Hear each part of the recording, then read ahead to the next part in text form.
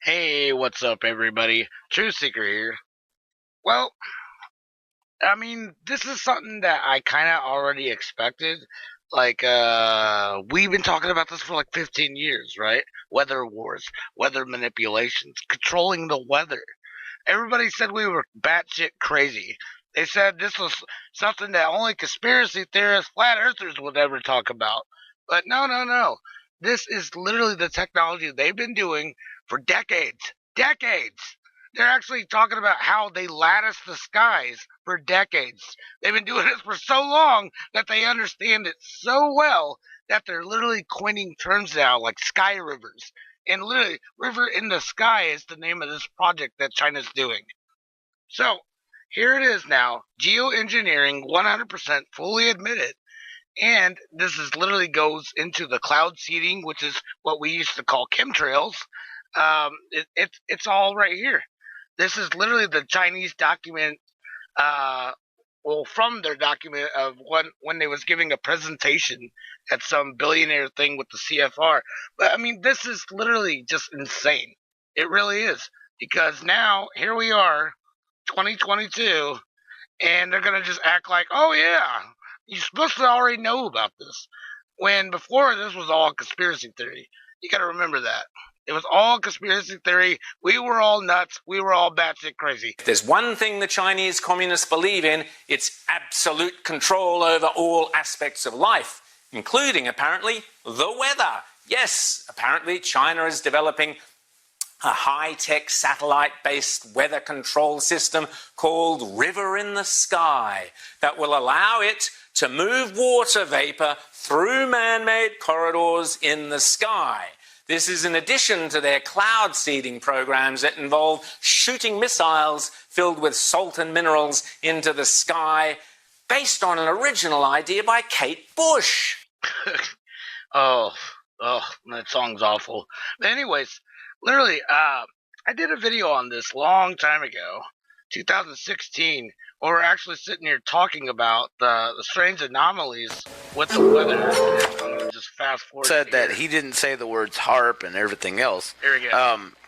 And you're only allowed to actually say a certain amount of things on television. You got to understand that when you're talking about the mainstream. Prices and record wildfire. All right. So here we go. This was literally, I think, July, maybe 2016 when I did this video. I'm gonna just play it from here. Here we go. Now, I also showed a video that was about the whole cloud seeding bid, how they do this. And I'm going to play just a bit of that video here real quick. Cloud seeding has been used around the world for decades, but it's now getting a closer look as farmers desperate for solutions endure their fourth month of record-shattering drought with no end in sight. It's actually the largest drought in half a century, responsible for rising food prices and record wildfires. It's even suspected to be a cause for the recent surge in cases of West Nile virus. So we came to South Texas to find out if cloud seeding can really maximize our most precious resource, or if it's just a romantic notion that doesn't hold water. We can't manufacture a cloud. That is just absolute basic. We cannot make it rain if it was not going to rain to begin with. Au contraire, we can actually make clouds. Check this out.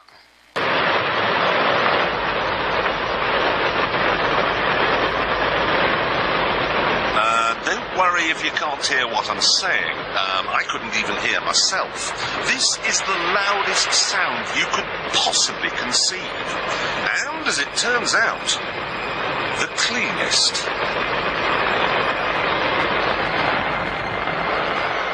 Now, the most amazing thing is that that cloud up there, which was generated by the engine, is just a mixture of hydrogen and oxygen. It's water vapour.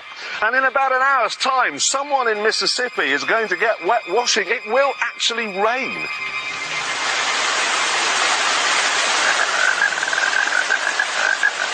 I told you. It's raining. That's unbelievable. Oh. NASA's playing God. It's making its own weather. Up in the air, we get a bird's eye view of Butch's delicate dance. He's just working the very edge of it.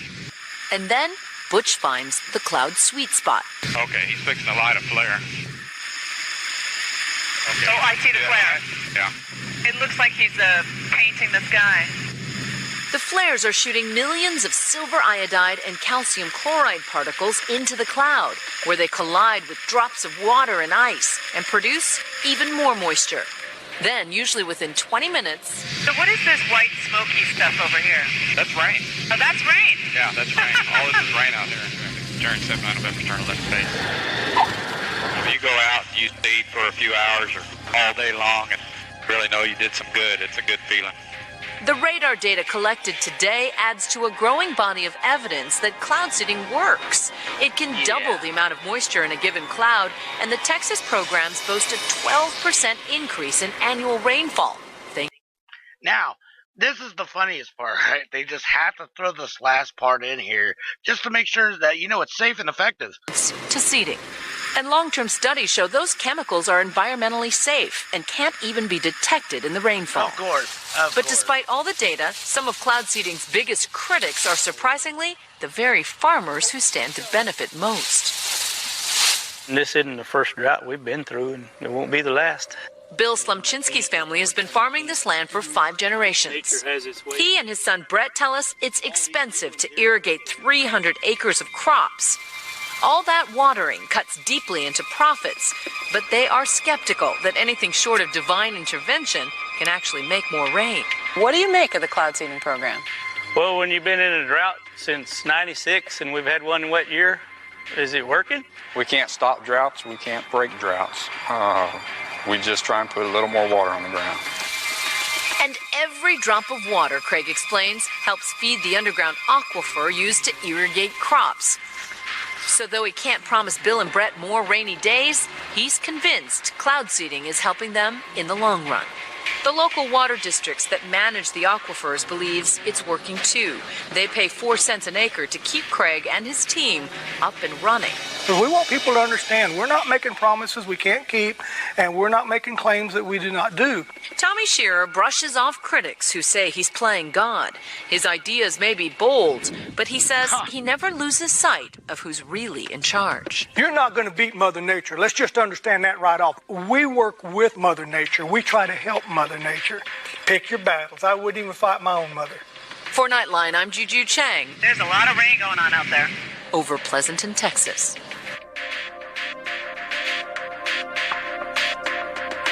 Fucking amazing. So in conclusion, Remember, we're all conspiracy theorists, though. they can create clouds. And that was just a machine doing it. But if they targeted it like, say, an ocean or something, they could actually fast evaporate it. Yep, there's another way water can get into the air. The water on the doghouse roof dried pretty fast in the warm sun. This water disappears faster because the stove is hotter.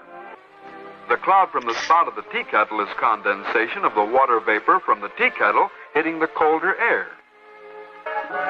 The hot water in the kettle gives off water vapor to the air by rapid evaporation, just as rivers, lakes, and ponds give off water vapor to the air by slow evaporation.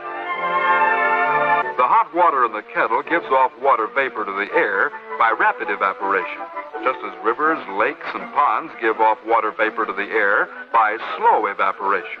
The hot water in the kettle gives off water vapor to the air by rapid evaporation, just as rivers, lakes, and ponds give off water vapor to the air by slow evaporation.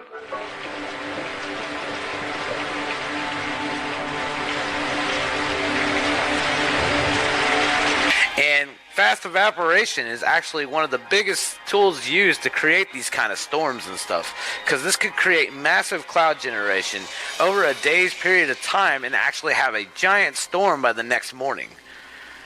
This was, when I made that video, it was 2016, okay? 2016. And people are like, you're full of shit. You are full of shit. And so I played them this clip of John Brennan talking about it. Another example is the array of technologies, often referred to collectively as geoengineering, that potentially could help reverse the warming effects of global climate change. One that has gained my personal attention is stratospheric aerosol injection, or SAI, a method of seeding the stratosphere with particles that can help reflect the sun's heat in much the same way that volcanic eruptions do.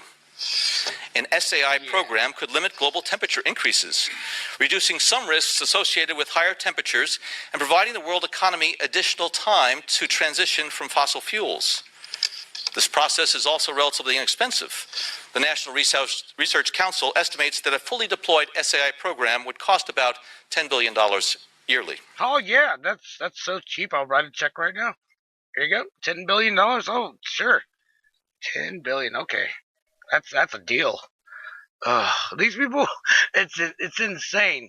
But this has literally been in our faces forever, and people were calling us crazy for even pointing it out. They're like, "Oh, you're crazy. Those are just contrails. Those are just contrails. You haven't seen the actual sky in so long. You probably don't even know how blue it really is anymore." I don't think anybody understands. But this is literally something that's just so monetized now that it's literally a market. They're selling rain. They are actually selling rain. Like I don't know how else to even get this through to people. They are literally monetizing this, and China's program now calls this the Sky River, a river in the sky.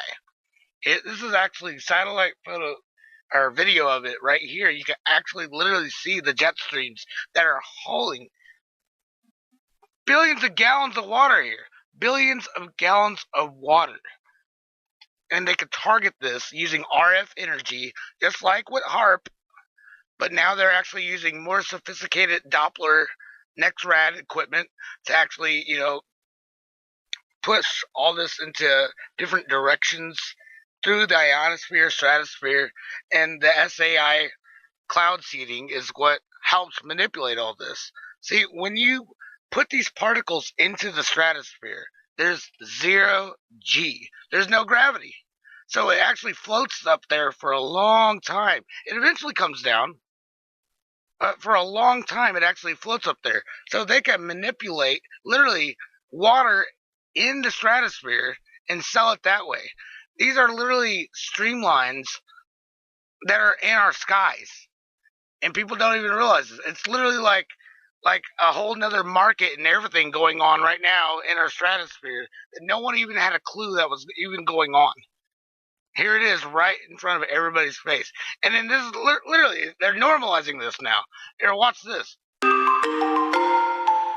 Imagine a river in the sky with more than twice the water of the Amazon. It's called an atmospheric river.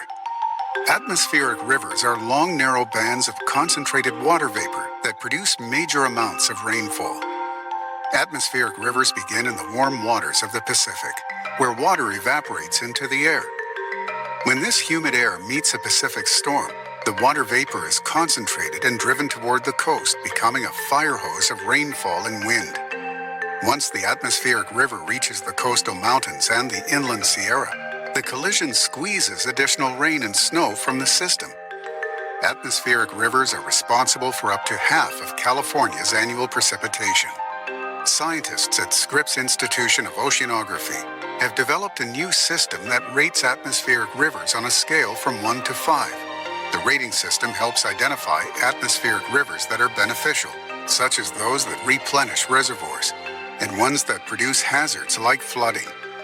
Understanding atmospheric rivers is key to improving weather forecasts for better managing water resources and predicting flood risk. He who controls the weather controls the world. This is just insane, but here we are, vindicated again. Am I literally going to go to my grave now with just all these we were rights happening just like left and right now? It's crazy. This is just insane times. It really is.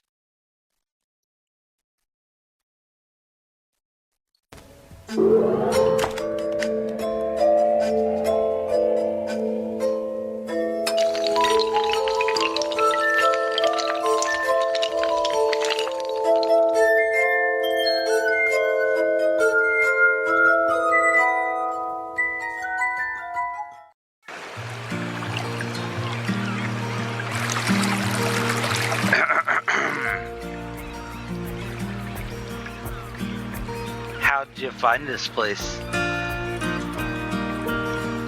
Joshu? Hey, wait. What? How did you learn how to talk? Joshu?